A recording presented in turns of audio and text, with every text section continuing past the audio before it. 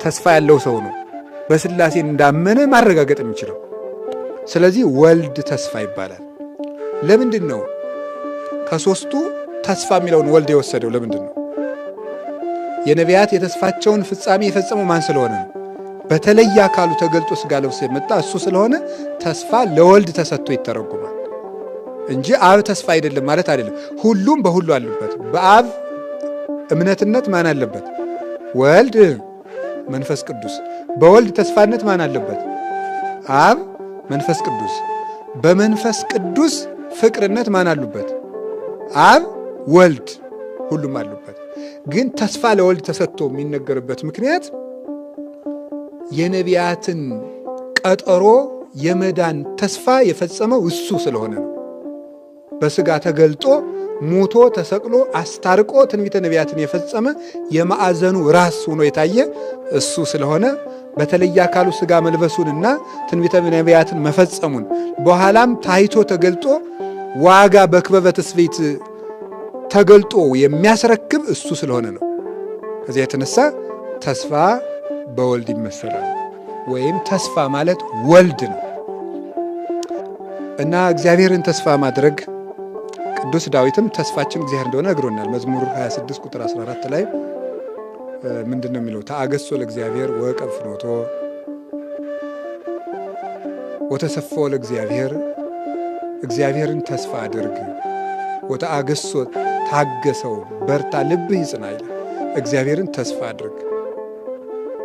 ስለዚህ ተስፋችን እግዚአብሔር ነው። እንግዲህ በተስፋ ደስ ይበላችሁ ማለት ምን ማለት ነው? ተርጉሙት። በማን ደስ ይበላችሁ ማለት ነው? በጌታችን በኢየሱስ ክርስቶስ ምን ይበላችሁ ማለት ነው? ደስ ይበላችሁ ነው። ፊልጵስዩስ ምዕራፍ 4 ቁጥር 4 ላይ ይህንን ገለጸው። ምን ብሎ? እብለክሙ ተፈስሑ ዘልፈ በክርስቶስ፣ ደግሜ እላችኋለሁ በክርስቶስ ደስ ይበላችሁ ብሎ ተናገረ። በተስፋ መደሰት ማለት ምን ማለት ነው? ወይም በክርስቶስ መደሰት ወይም ተስፋን አድርጎ መደሰት ማለት ምን ማለት ነው? አንድ ሰው ተስፋ አለው ሲባል ምን ማለት ነው? ተስፋ አለው ሲባል ምን ማለት ነው? የመጀመሪያው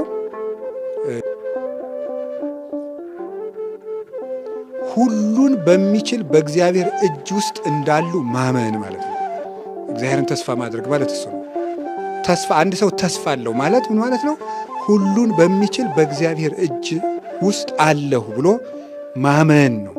እምነት የሌለው ተስፋ የለም። ተስፋ የሚጎድለው እምነት ሲጎድል ነው። እግዚአብሔር እቅፍ ነኝ ማለት ነው። ይሄ በተስፋ መደሰት ነው። በእግዚአብሔር እጅ ነኝ ማለት ከእግዚአብሔር ጋር እኖራለሁ ብሎ እግዚአብሔር አብሮኛል፣ እሱ ይጠብቀኛል፣ እሱ እጅ ላይ ነኝ ብሎ ማመን። ሁሉን በሚችል በእግዚአብሔር ካህሊነት ላይ መውደቅ ነው፣ ራስን መጣል። ግድፍ ላይ ለእግዚአብሔር ህሊናከ ወውቱ ይሴሰየከ፣ ህሊናህን በእግዚአብሔር ላይ ጣል ብሏል ቅዱስ ዳዊት። ጣለው፣ ራስን መጣል ለእግዚአብሔር።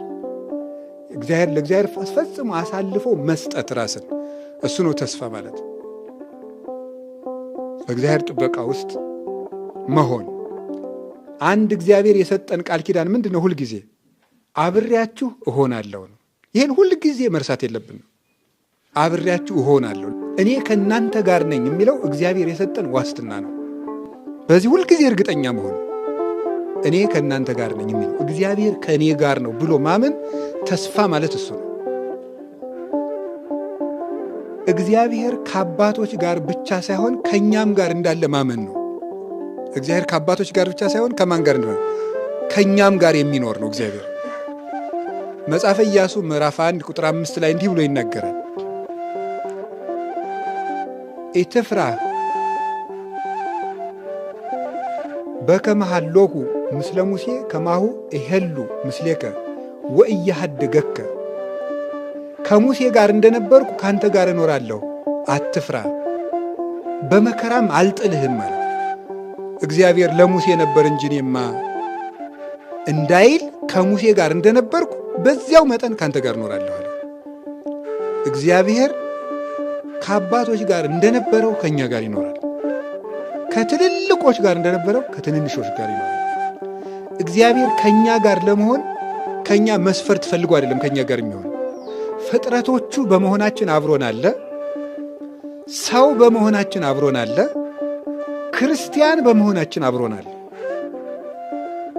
ፍጥረቶቹ ስለሆን እንደ ማንኛውም ፍጥረት መልቶ አብሮን አለ።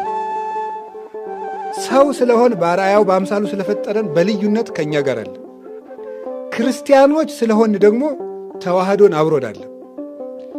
ያን ነው ማሰብ። ከአባቶች ጋር እንደነበረው ከኛ ጋር ነበር። ከሐዋርያት ጋር ለሐዋርያትስ ምንድን ነው ያላቸው? የሰጣቸው ዋስትና አሁን ምንድን ነው? ወአነ ሄሉም ሲለክሙ እስከ ህልቀተ ዓለም፣ እስከ ዓለም ፍጻሜ እኔ ከእናንተ ጋር ነኝ። ሁልጊዜ እግዚአብሔር ለሰው ልጆች የሚሰጠው ተስፋ እኔ ከእናንተ ጋር ነኝ፣ እስከ ዓለም ፍጻሜ እኔ ከእናንተ ጋር ነኝ። እስከ ዓለም ፍጻሜ ጴጥሮስ አለ፣ ዮሐንስ አለ፣ በርቶሎሜዎስ አለ፣ ታዲዮስ አለ። ማን አለ? እስከ ዓለም ፍጻሜ ከእናንተ ጋር ብቻ አይደለም ከሚመጣው ትውልድ ጋር ሳልለወጥ አብሬ እኖራለሁ። ዕብራውያን ምዕራፍ 13 ቁጥር 8 ላይም ቅዱስ ጳውሎስ የነገር እንደዚህ ነው። ኢየሱስ ክርስቶስ ዘትማልም ወይም ወክም መውት እስከ ዓለም። ኢየሱስ ክርስቶስ ትናንትም ዛሬም እስከ ዘላለም ድረስ ሕያው ነው፣ አይለወጥም። እኛ ኃጢአተኛ መሆናችን እግዚአብሔር ከኛ ጋር አብሮን እንዳይሆን አያደርግም። እንዳይዋሃደን ግን ያደርጋል። ተዋህዶን እንዳይኖር በክብር እንዳይገለጥልን ያደርጋል። እንዳይጠብቀን ግን አያደርግም። እውነት ለመናገር የበደል መጨረሻ እግዚአብሔር ከኔ ጋር የለም ማለት ነው። እንደዚህ ማለት ልብን ያደነድናል ይላል። ልብ ይደነድናል ይላል ቅዱስ ዮሐንስ አፈወርቅ በድርሳኑ ሲናገር። እግዚአብሔር ከኔ ተለይቷል፣ እግዚአብሔር አይምረኝም፣ እግዚአብሔር አይቀበለኝም፣ ከኔ የራቀ ነው ማለት ልብን ያደነድናል። ልብ ሲደነድንስ እስመ እምግዘፈ ልብ ይከውን ተቃርኖተ እግዚአብሔር። ልብ ሲደነድን ደግሞ እግዚአብሔርን መቃረን ይመጣል። ይሄስ ምን ያመጣል? ያንሳአስህ መዓተ እግዚአብሔር፣ የእግዚአብሔርን መዓት ደግሞ ያነሳሳል። ልብን ማደንደን። ልብ የሚደነድነው ከየት ጀምሮ ነው ሲባል እግዚአብሔር ተለይቶኛል ከማለት። ቅዱስ ጳውሎስ በአንደኛ ቆሮንቶስ መልእክቱ ምዕራፍ 12 ላይ ሲናገር እንዲህ ይላል። ምናልባት ሰዎች እየጸለዩ ህልም ሊያዩ ይችላሉ፣ ራእይ ሊያዩ ይችላሉ፣ ጥያቄያቸው ሊመለስላቸው ይችላል። በጠሩት ቁጥር እግዚአብሔር አለሁ እነሆ ሊላቸው ይችላል። እኛ ግን ጠይቀን አልተሳካልን፣ ጀምረን አልተፈጸመልን ሊሆን ይችላል። የዛ ጊዜ እግዚአብሔር ትቶኛ እንላለን። ግን ምንድን ያለ አሃዊነ ኢንፈቅድ ትኩኑ አብዳነ በእንተ መንፈስ ቅዱስ። ወንድሞቻችን ስለ መንፈስ ቅዱስ ሞኝ እንድትሆኑ አልፈቅድም ይላል። ሞኝ መሆን ማለት ነው። ትርጓሜያችን ምን ይላል? መንፈስ ቅዱስ ከእናንተ ሳይለይ እያለ ተአምር ሲያደርግላችሁ ባለማየታችሁ ምክንያት ትቶኛል አትበሉ ነው። የጠየቃችሁትን ጥያቄ ስላልመለሰላችሁ፣ ያሰባችሁት ስላልተሳካ፣ የጀመራችሁት ስላልተፈጸመ መንፈስ ቅዱስ ትቶኛል አትበሉ ነው። መንፈስ ቅዱስ እየበደልንም አብሮን ይኖራል። እግዚአብሔር ሰውን ተለይቶ አያውቅም። ክደት ወደ ጸናበት መሄድ ለእግዚአብሔር ምኑ ነውና ነው የሚለው፣ ልማዱ ነውና ነው። እግዚአብሔር እንደውም ወደ እኛ ነው የሚመጣው። መጀመሪያ የታመመ ነው መድኃኒት የሚያስፈልገው። እሱም የተናገረ ይሄን ነው። ህሙማን ይፈቅድዎ ለዐቃቤ ሥራይ ወአኮ ጥዑያን። ባለመድኃኒትን የሚሹት የታመሙ ናቸው እንጂ ጤነኞች አይደሉም። ስለዚህ ጌታችን ኢየሱስ ክርስቶስ ቀድሞ ጴጥሮስን አነጋገረው። ጤነኛውን ዮሐንስን አይደለም ያነጋገረው። ህመም የጸናበትን ጴጥሮስን አይደል ያለሱስ። ለታመመችው ህዋሳችን የበለጠ እንክብካቤ እናደርግላታለን። ጣቴ ብትታመም እንዳልተኛባት፣ እንዳልሰብራት፣ እንዳላደማት ጋሬጣ የበለጠ ጥንቃቄ፣ ስስ ለሆነው አካላችን የበለጠ እንጠነቀቃለን። ሰው ድንጋይ ቢወረውርበት ቶሎ ብሎ አይኑን የሚጋርደው አይኑን ነው። ለደካማ አካሉ የበለጠ ጥንቃቄ ያደርጋል። ስለዚህ ጌታችን መድኃኒታችን ኢየሱስ ክርስቶስ የበለጠ ለደካሞቹ ጥንቃቄ ያደርጋል፣ እንክብካቤን ያደርጋል። ተስፋ ማለት በእግዚአብሔር እጅ ላይ ነኝ ብሎ መናገር። የእናንተ የራስ ፀጉራችሁ እንኳን የተቆጠረ ነው ይላል። አያችሁ፣ ፀጉራችን ትርፍ አካላችን ነው። ግን ከእናንተ ትርፉ ነው የሚጣል ነገር የለኝም ነው። ሁሉ የኔ ገንዘብ ነው። የእናንተ ጥፍራችሁ ይሁን ፀጉራችሁ ይሁን የኔ ገንዘብ ነው። ቆጥሬ ሰፍሬ ይይዛችኋለሁ። እንድትጠፉብኝ አልፈልግም። አሳልፌም አልሰጣችሁም። በእኔ እጅታ በእኔ ጥበቃ ስር ትኖራላችሁ ነው። እጁ ደግሞ ሁሉን የሚችል ነው። እግዚአብሔር እጅ ውስጥ ማደር እና አይለየኝም ማለት እሱ ውስጥ መኖር በጽላሎተ ረድኤቱ እንደሚጋርደን እረኛ ነኝ ብሏል አይደለም? እኔ እረኛችሁ ነኝ እጠብቃችኋለሁ። ምንድነው? ወበጽላሎተ ክነፊከ ምን ብላይ ነው የሚለው? ክድነኒ፣ እንደ አይን ብሌን ጠብቀኝ ነው። አይን በሽፋሽፍት ተጠብቃ የምትኖረውን ያህል ጠብቀኝ ነው። አንዲት ነገር ውልብ ስትል ከሽፋሽፍት ቀድሞ ላይን የሚደርስላት የለም። እንደዚያ ፈጥነህ ጋርደኝ ማለት ነው ቅዱስ ዳዊት። ሰው በእግዚአብሔር ጥግ እንዲህ ተጠግቶ ይኖራል። እግዚአብሔርን ጥግ ማድረግ አብሮኝ ይኖራል ማለት ተስፋ ይባላል። ስለዚህ ሁሉን የሚችል ላይለየን ቃል የገባልን በደልንም አልበደልንም አብሮን የሚኖር ሲኖር ደግሞ የሚችል አባትም አምላክም ስላለን በተስፋ በሉ ደስ ይበላችሁ። በእግዚአብሔር ተስፋ መደሰት ማለት ምን ማለት ነው? በእግዚአብሔር ከሆነ የማይቻሉ ነገሮች ሁሉ ይቻላሉ ነው። ተስፋ ማለት እሱ ነው። በእግዚአብሔር ከሆነ የማይቻሉ ነገሮች ሁሉ ይቻላሉ። ተስፋ እሱ ነው። ከሞተ ሕይወት ይመጣል። ከበላተኛ መብል ይወጣል። ካለቀ ነገር የሚኖር ነገር ይመጣል። በእግዚአብሔር ሁሉ ይቻላል። እሱ ነው ተስፋ ማድረግ። የማይቻሉ ነገሮች በእግዚአብሔር ይቻላል። ኩሉ ይትካሀል ለዘየአምን ማርቆስ ምዕራፍ 9 ቁጥር 23 ላይ ይሄንን ማመን ነው። ዓለም ሁል ጊዜ የምታሳየን ምንድን ነው? ያ ማለት ነው ችግሮች ውስጥ ሲሆኑ ችግሩን ትቶ ማንን ማሰብ ነው?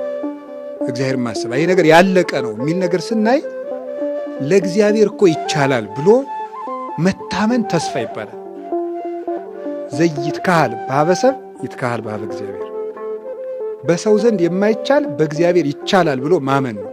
በሰው ዘንድ የማይቻል በሐኪም ሊሆን ይችላል የማይቻል ሐኪም ከሆነ አይቻልም። ንጉሥ ከሆነ አይቻልም። በሰው ዘንድ ያልተቻለ ግን በእግዚአብሔር ይቻላል። እግዚአብሔር ሰው እንደሚያይ አድርጎ አያይም ነው። እግዚአብሔር ሰው እንደሚያስበው አያስብም። እግዚአብሔር እንደ ሰው አድርጎ አይደለም የሚሰራው። እግዚአብሔር የሚያሰኘው ከሰው ውጪ በሆነ መንገድ ስለሚሰራ ነው።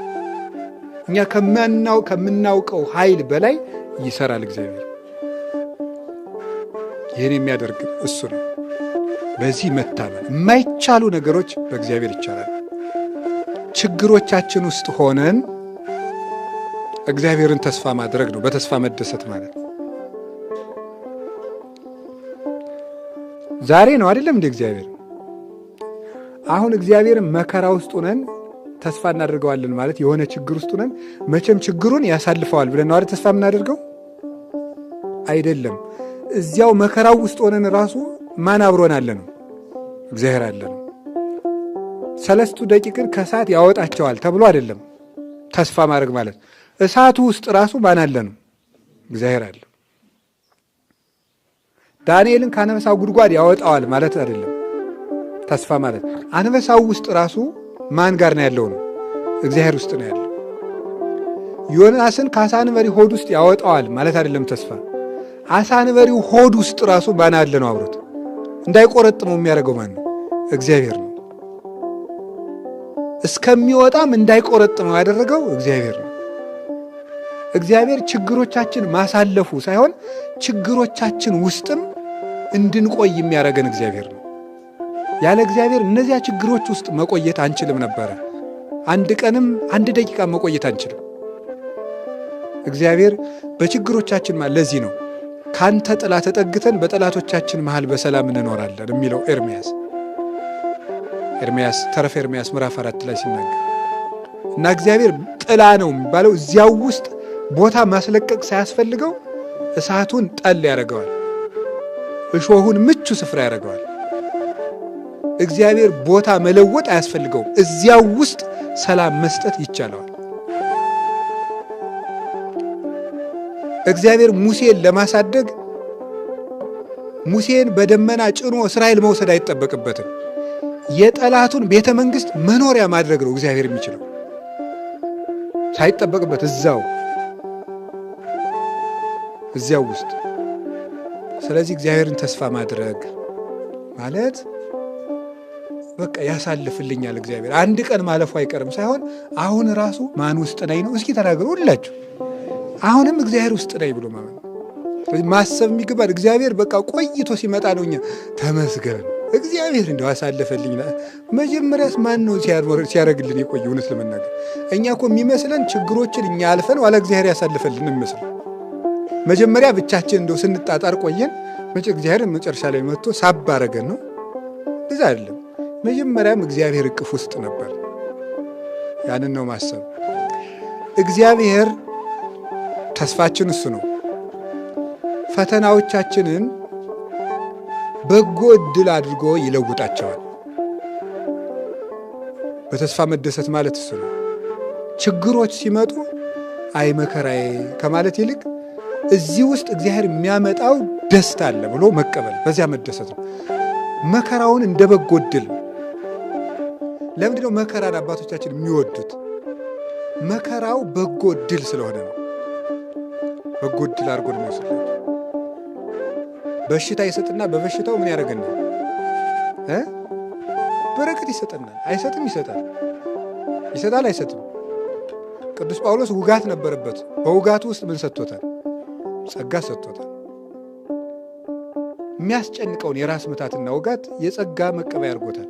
እንዲሁም ፈውሰኝ ሲለው አይ ይሄ ከለቀቀ ጸጋው ይለቅሃል፣ ጸጋዬ ይበቃሃል አለ።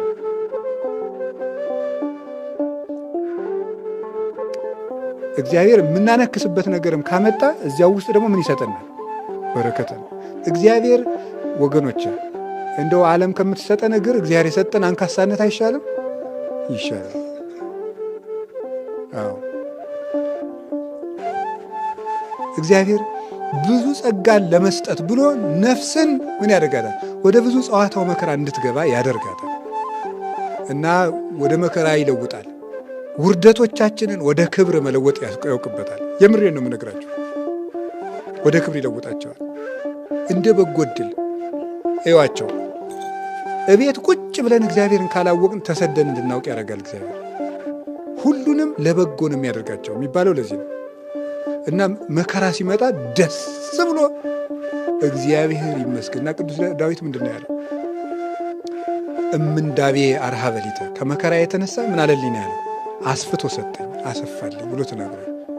እግዚአብሔር ክፉ ወጥመዶችን ወደ መልካም ዕድል ስለሚጠውጣቸው በተስፋ በሉ ምን ይበላችሁ?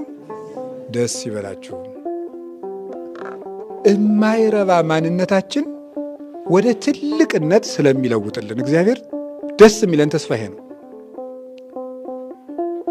ወደ መጨረሻ ያመጣሁት እንደውም ትልቁ ነው። እውነት ለመናገር ትልቁ ተስፋችን የማይረባ ማንነታችን ስለሚለውጥልን ተፋቅሮ ያስተኤግስ ፍቅር ትዕግስትን ያደርጋል። ፍቅር ተስፋን ያደርጋል። በሁሉ ተፋቅሮ በሁሉ ያስተአምን ይላል። ተፋቅሮ ወይም ፍቅር በሁሉ ተስፋ ያደርጋል።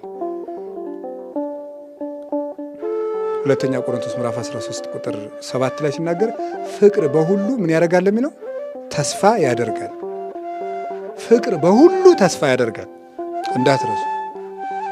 ፍቅር በሁሉ ተስፋ ያደርጋል።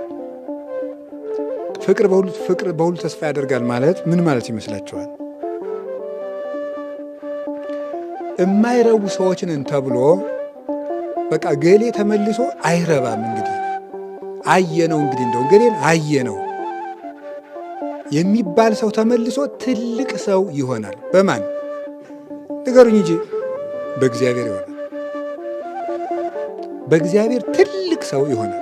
የማይረባ ሰው ማለት ነው። የማይረባ ሰው ትልቅ ሰው ይሆናል። በመጠን በእድሜ ልትወስዱ ትችላላችሁ፣ በደረጃ ልትወስዳላችሁ፣ በማዕረግ ልትወስዱ ትችላላችሁ። ሰው የናቀውን ሰው እግዚአብሔር ትልቅ ሰው ያደርገዋል። የሚያስደንቀው ይሄ ነው። ያልተጠረጠረ ሰው ትልቅ ሰው ይሆናል። ያልተጠረጠረ ሰው በእድሜያችን ይሁን በማነሳችን ይሁን እግዚአብሔር ከማሰነ ማንነት አውጥቶ የትንሣኤ ብርሃን ለማየት ያበቃል። እውነቴን ነው የምነግራችሁ። በራሳችሁ ተስፋ አትቁረጡ። እግዚአብሔር ከኃጢአት ጉድጓድ አውጥቶ ሰዎችን ትልቅ ሰው ያደርጋል። ትልቅ ሰው ያደርጋል እና ደካማ የነበረውን ምንም እንደው ለጽድቅ እዚህ ግባ የማይባለውን ሰው ክርስቶስ ከለወጠው ጣዕም ያለው ይሆናል። ጣዕም የሌለው ሰውዬ ቁልቁል የወረደው ማለት ኃጢአት አውርዶ የሚጥል ነው። ውሃታችን እንደሚፈስ ሰዎች ከክርስቶስ ሲለዩ የወረዱ ይሆናሉ። ወድቀው መቀመቃት ይወድቃሉ። እነዚያ እንደገና ተመልሰው ጣዕም እንዲሰጡ ወርደው ወርደው ወርደው የኃጢአት መሰረት የሲኦል መሰረቷ የሆኑ ሰዎች ተመልሰው መዓዛቸው ለሌላው የሚተርፍ ለራሳቸውም ለሌላውም ደስታ የሚሰጡ መሆን ይችላል። ያልተረጋጉ ባካኞች የነበሩትን መልሶ እግዚአብሔር ለሰው ደስታ ጭምር እንዲሰጡ ያደርጋቸዋል። ሰው ጭምር የሚያሰቃዩ ለሰው ረፍት የነሱ ሰዎች ተመልሰው ለሰው ደስታ እንዲሆኑ ማድረግ ይችላል። እግዚአብሔር ነው ይህን የሚያደርገው።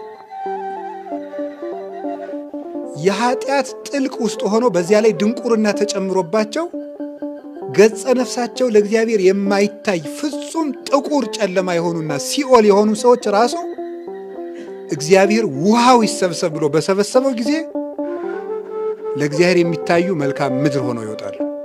ከዚያስ ምን ያደርጋል እግዚአብሔር? ውሃውን ጥልቁን በንስሐ ይሰበስበዋል። መንፈስ ቅዱስ በዚያ ጥልቅ ላይ ሰፎ መታየቱ ምንድን ነው? ድንቁርናም የኃጢአት መቀመቅ ወይም ጥልቅ ውስጥ ያሉ ሰዎችንም መንፈስ ቅዱስ ክንፉን ሰፎ ንስሐ እስኪገቡ ድረስ ያሳስባቸዋል።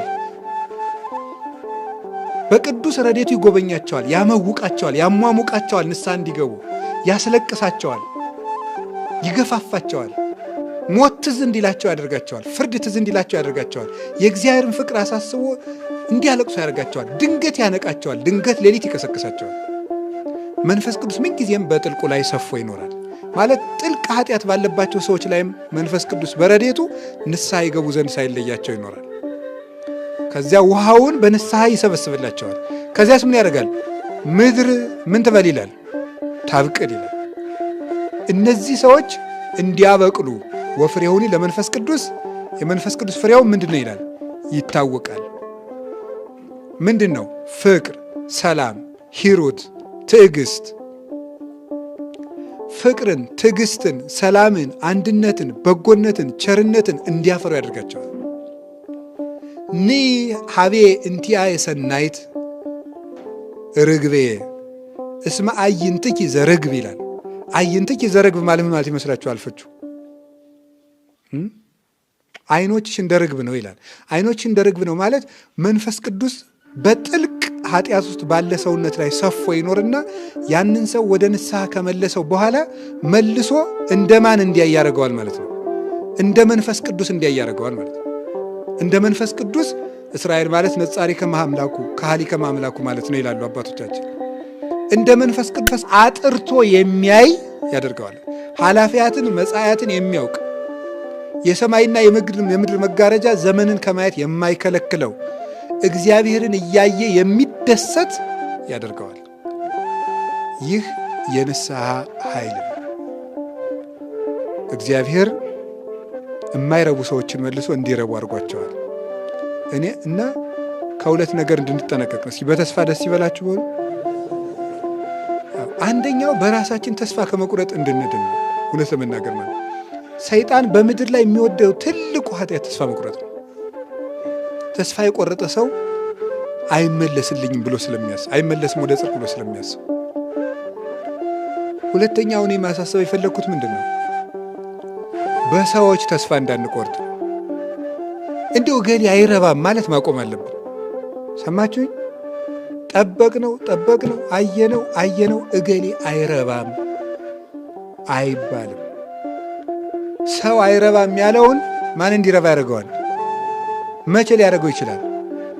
መጨረሻ ላይስ ቢሆን በመጀመሪያው ዓመት መጣ ፍሬ አላገኘ ማለት ነው። በወጣትነታችን ነው። አሁንም ደግሞ አይ እንግዲህ እነዚህ ሰዎች ታገስኳቸው፣ እንግዲህ 20 ዓመት ታገስኳቸው፣ ምንም በ20 ዓመታቸው ፍሬ አላገኘኋቸው አይረቡም አይልም። አሁን እናንተ አንድን ሰው 20 ዓመት ለፍታችሁበት እንደው እንግዲህ ይረባል ትላላችሁ አንልም። 20 ቀንም የሚናገር የለም። ከዛስ ሁለተኛው ዓመት መጣ፣ በጉልማሳነት መጣ። ከ40 እስከ 60 ዓመት ደግሞ አሁንም ቢሆን መምጣቱን አያቆምም እሱ። እዚህም ውስጥ ፍሬ አላገኘም። አንድ ሰው 60 ዓመት ሙሉ ለፍታችሁበት እንዴት ተስፋ ትጥሉበታላችሁ? ከዛስ ሶስተኛው ዓመት ላይ መጣ። ከ60 ዓመት በላይ ባለው በሽምግልና ዘመንም እግዚአብሔር በእኛ ላይ ሁልጊዜ መመላለስን አያውቁም። አርጅቷል እንደው ብሎ እንግዲህ ይሄ አርጅቶ እንግዲህ አይረባም አይልም። በስተርጅና ይመጣል። መጥቶ ደግሞ መጨረሻ ላይም ቢሆን ይመክረናል። ይኸው ሲወለድ ሕፃን ንጹሕ ሆኖ ተወልዶ በሕፃንነቱ ያልተስተካከለውን፣ ወጣቱን ያልተስተካከለውን፣ ጉልማሳውን ያልተስተካከለውን፣ ኑሮ ያልተስተካከለውን ወንበዴ እኮ ሲሞትም ቢሆን መለሰው አይደለም? ሲሞት ራሱ መለሰው። እስከምንሞትባት ነፍሳችን እስከምትወጣ ድረስ ክርስቶስ ከኛ መምጣቱን አያቆም። ነፍሳችን እስከሚወጣ ድረስ መድኃኔዓለም እኛን ከመፈለግ የሰለቸበት ጊዜ የለም። ልጅ እያለን ይፈልገን ነበር፣ ወጣት እያለን ይፈልገን ነበር፣ ጉልማሳ እያለን ይፈልገን ነበር፣ አርጅተን ይፈልገናል፣ እስከምንሞት ይፈልገናል። ይህ ትልቅ ተስፋችን ነው። እውነት የንገራችሁ እኔም እንደ ራሴ እናንተም ሁላችሁም በራሳችን ተስፋ የለንም። ሁልጊዜ ግን ስለሚፈልገን በዚህ ደስተኞች ነው። ሁልጊዜ ይፈልገናል። የሰው ልጅ የጠፋውን ምን ሊያደርግ መጥቷል? በቃ በጣም ነው የሚገርም። አይገርማችሁም? ይሄ እኮ ትልቅ ተስፋችን ነው። የሰው ልጅ የጠፋውን ሊፈልግ መጥቷል ማለት ነው። እስኪ እኔ ራሴ ምንድን ነኝ ብላችሁ አስቡ። የጠፋሁ ነኝ ብላችሁ አስቡ። እስኪ የጠፋሁ ነኝ በሉ እስኪ። ግን አሁንም ምን ያደርግልናል? ብንጠፋ እንኳን ማለት ነው። እንዴ መጥፋት እኮ አለመኖር ማለት ነው። ብንጠፋ ራሱ እግዚአብሔር ይፈልገናል። የሉቃስ ወንጌል ምዕራፍ 15 ላይ ያለው ምንድነው? ያ ዕቃ ጠፍቷት የምትፈልገው ሰው ምንድነው? መኖር እኮ ቢያንስ እንደው በቁሙ ኑሮ መበላሸት አለ።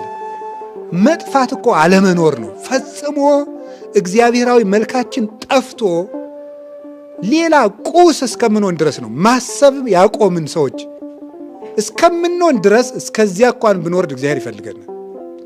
እግዚአብሔር ከፈለገኝ እኔ ሰው ባይፈልገኝ ባይፈልገኝ ስለሚፈልገን በተስፋ በሉ አቤት። ዓለም የሚፈልጉትን ምን ያደርጋል? ይፈልጋል። እግዚአብሔር እሳ የማይፈልጉትን ይፈልጋል።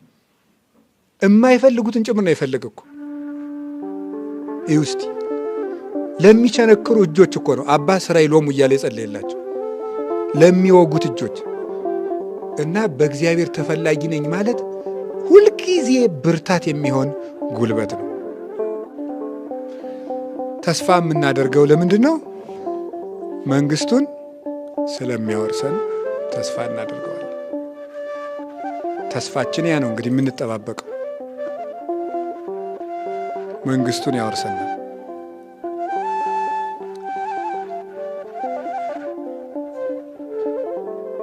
እና ያንን ተስፋ ስለሰጠን ደስ ይለናል። የመንግስተ ሰማያት ሰዎች ስለሆን ማለት ነው።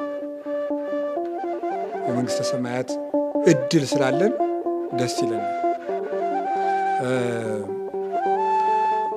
እንዴት አንድ ቃል ገብቶልናል። መጥቼ ምን አደርጋችኋለሁ ብሎ እወስዳችኋለሁ ብሎና ከዛስ እወስዳችኋለሁ ብቻ አይደለም፣ መጥቼ ወስዳችሁና የሆነ ጥሩ ቤት አኖራችኋለሁ አይደለም ያለ። ምንድን ነው ያለ? ከኔ ጋር ትኖራላችሁ። ደስ ነው የሚለው እኮ አይላችሁም? ንገሩኝ እንጂ ማለት ኃጢአት ስንሰራ ብንረሳውም እስቲ ባይሆን አሁን ደስ ይበለን። ባይሆን ከማን ጋር ትኖራላችሁ ነው ያለ?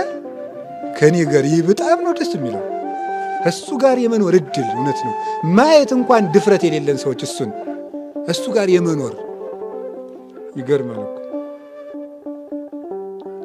እንዲሁ ከክርስቶስ ጋር መኖር እንዴት ያለ እድል ነው በእውነት። ከእሱ ጋር ለዘላለም ሳይለዩ መኖር። መንግሥተ ሰማያት አውርሳችኋለሁ፣ ከሞት አድናችኋለሁ ቢለን እሱም ድንቅ ነው። ግን ይሄ ባልደነቀን የሚደንቀ ግን ማንኛውም ሰው ከንጉሱ ቤት ከንጉሱ ጋር እኩል ይኖራል። የንጉሱ ጎረቤት ሆኖ አይደለም የሚኖረው፣ ከንጉሱ ጋር አብሮ ያድራል በአንድ ቤት ውስጥ። ማንኛውም ሰው። ይሄ እግዚአብሔር ለሰው ልጅ የሰጠው ትልቅ ስጦታ ነው። አንድ ንጉሥ የፈለገ ሰፊ ቤተ መንግሥት ቢኖረው አንድ ቤት ውስጥ ከሁሉም ባለሙሎቹ ጋር ሊያድር አይችልም። እግዚአብሔር ግን ካህሊ ነውና ከሁላችን ጋር እኩል አብሮን ያድራል መንግሥተ ሰማያት ውስጥ። በጣም የሚያስገርመው ደግሞ ያችን መንግሥተ ሰማያት ለመውረስ ኃጢአተኛ ብንሆን እንኳን እስከ ቀዝቃዛ ውሃ ድረስ ወርዶ ሊሰጠን ምን ብሎልናል? ቃል ገብቶልናል። እንግዲህ ከዚህ በላይ ምን ያርግ ትሉታላችሁ? ውሃ አሁን ውሃ ሲል ውሃ አምጡና መንግሥተ ሰማያት እንኳ አንዳንድ ሊትር ውሃ አምጡ ማለት ነው አይደለም። ውሃ ሁሉ ያገኘዋልና የተናቀ ነገር ነው። ትንንሽ ነገሮቻችሁን ይዛችሁም ቢሆን የኔ ፍቅር ከጸናላችሁ ትድናላችሁ ነው እንጂ ስለ ውሃ አይደለም ማውጋት የፈለገው። ውሃ የተናቀ እንደሆነ በትንንሽ ነገሮቻችሁ እንኳን እኔ ከእናንተ ትልቅ ነገር አልፈልግም ነው የምፈልገው፣ እናንተን ነው። ባላችሁ ነገር መንግሥቱን መውረስ ትችላላችሁ። እውቀት ካለ እውቀት፣ ከሌለህም ሰውነት ግን ሀብት ካለ በሀብት መጽው ተሰጠ ለክርስቶስ ሁሉን ተተ ከሌለህም ምስጋናህን አመስግነ። ውሃን ሁሉ ያገኘዋል። ሁሉ ሰው በሚያገኘው በመጠኑ መንግሥተ ሰማያት ትሰጠዋለች። መንግሥተ ሰማያት በመካከላችሁ ናት። መንግሥተ ሰማያት እሰ ይብልዋ ነያ ከያክ ወነያ ዘየ መንግሥተ እግዚአብሔር እሰ ነያ ማእከሌክሙ ሉቃስ 17 ቁጥር 21 ላይ መንግሥተ ሰማያት ክንፍ ኖሯት በራ እግር ኖሯት ተሽከርክራ አትመጣም። መንግሥተ ሰማያት በመካከላችሁ ናት። በመካከላችሁ ናት ማለት በእነማን? በነ ገብረ ሥላሴ በነ ወለተ ሥላሴ። በማንም ሰው ቆርቆሮ ቤት ካለው በቆርቆሮ ቤቱ፣ ጎጆ ቤት ካለው በጎጆ፣ ረጅም ሰው ከሆነ በዛው፣ አጭር ከሆነ በዛው፣ ደካማም ከሆነ በድክመቱ በመጠኑ ልክ መንግሥተ ሰማያትን ሊያወርሰው እግዚአብሔር ፈቃደኛ ነው ለሰው። የእንጦንስን ያህል ሳትጋደል፣ የጊዮርጊስን ያህል ሳትፈጭ፣ የጳውሎስን ያህል አንገት ሳይቆረጥ፣ የጴጥሮስን ያህል ተዘቅዝቀ ሳትሰቀል አይለው በመጠኑ መንግሥቱን ያወርሰዋል። በቁራሽ እንጀራ ያወርሰዋል። መረቡን ብቻ ሰጥቶ ያወርሰዋል። እንደ ጴጥሮስ ሁለት ድቃቂ ሳንቲም እንደጣለችውም ባለችው ነፍስና ሥጋውን ብቻ ይዞ በመቅረብ በሕሊናው እግዚአብሔር መንግሥቱን ያወርሰዋል። ለድሃው እንደ ድህነቱ፣ ለሀብቱ እንደ ሀብትነቱ እንደዚህ አድርጎ የሚሰጥበት መንግሥት የእግዚአብሔር መንግሥት ብቻ ነው ዘመዶች። ሌላው መንግሥት ላለው ይሰጣል፣ ለሌለው ፊት ያዞራል። የእግዚአብሔር መንግሥት ግን ለሁሉ ይሆናል። በተስፋ ደስ ይበላችሁ። እንደ ነገሩ ሁነን ብንኖርም ወንሴፎ ምንን ተስፋ እናደርጋለን? ትንሣኤን ሙታንን ተስፋ እናደርጋለን። በዚህ ዓለም ስንሞላ ስንጎድል፣ ስንወጣ ስንወርድ፣ ስንርቅ ስንቀርብ እንኖራለን። ግን አዝማነ መንግሥተ ሰማያትን ሀዩ ከመመላእክትን ተስፋ አድርገን እንኖራለን። ክርስቶስን ለዚች ምድር ብቻ ተስፋ ካደረግነው ከሰው የባስን ምስኪኖች እኛ ነን። የምግብ ጊዜም ያልፋል አይደል? የረሃብ ጊዜም ያልፋል። የጤንነት ጊዜም ያልፋል። ሕመምም ያልፋል። እስራትም ያልፋል። ነፃነትም ያልፋል። የማያልፍ መንግሥተ ሰማያት ግን አለ። ያችን በቸርነቱ ለማየት ያብቃን።